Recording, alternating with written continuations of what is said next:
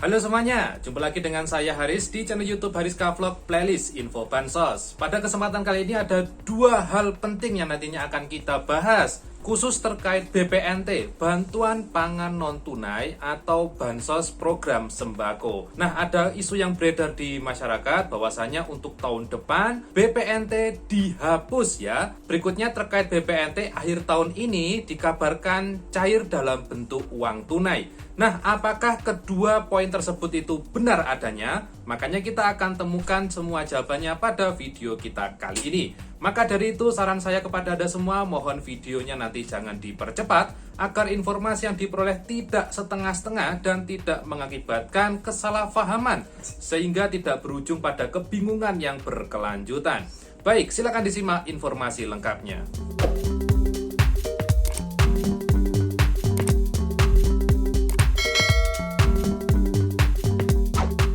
Assalamualaikum warahmatullahi wabarakatuh. Salam sejahtera bagi kita semuanya. Bagaimana kabarnya Anda hari ini? Mudah-mudahan Anda hari ini semua dalam kondisi yang sehat walafiat, dilancarkan rezekinya, dipermudah segala urusannya, dan tentunya semoga semakin sukses. Berikut bagi Anda yang mungkin saja baru bergabung di channel YouTube saya ucapkan selamat datang.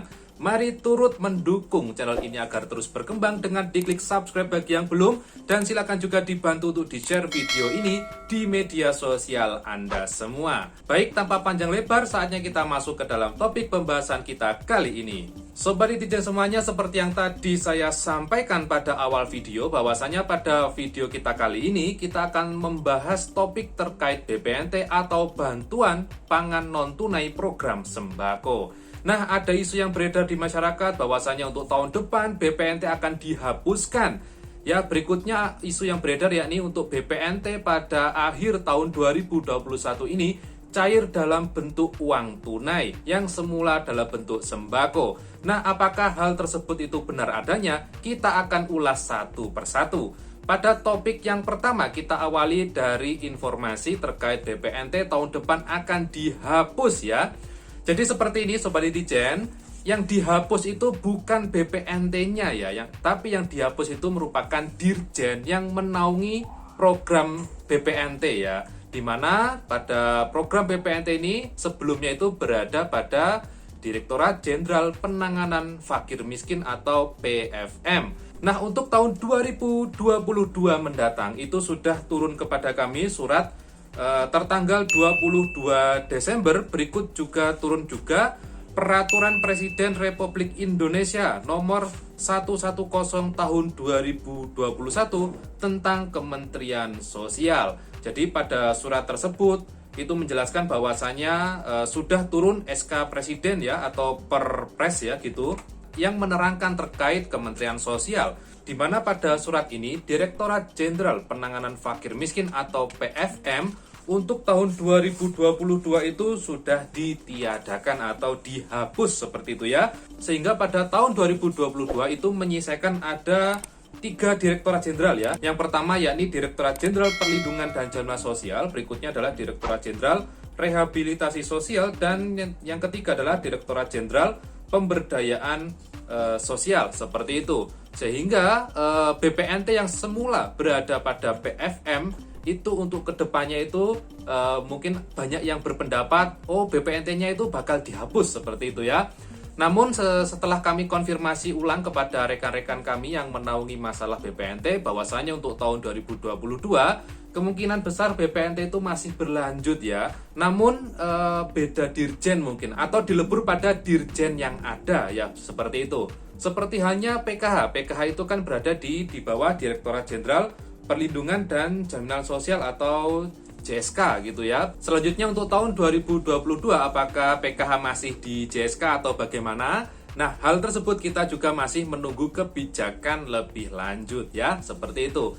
Namun apakah benar BPNT ke depan itu akan dihapus ya? Nah, info tersebut itu masih belum benar ya, artinya masih hoax ya. Kita juga masih menunggu kebijakan terbaru dari Kemensos ya terkait BPNT, apakah nanti namanya tetap namanya BPNT atau BSP, ataukah nanti berubah nama, ataukah nanti mekanismenya seperti apa. Kita juga masih menunggu kebijakan terbaru dari Kementerian Sosial Republik Indonesia. Begitu pula dengan PKH ya. Jadi kita masih menunggu juga ke depan itu seperti apa, apakah nanti PKH dengan BPNT akan digabung atau bagaimana, itu informasinya juga hingga saat ini masih belum terbit ya dari kementerian. Kita tunggu saja nanti informasi resmi dari Kementerian Sosial. Jadi kalau informasi resminya itu belum turun ya, jangan sampai berspekulasi yang tidak di bawah agar nanti tidak menimbulkan kegaduhan ya, seperti itu.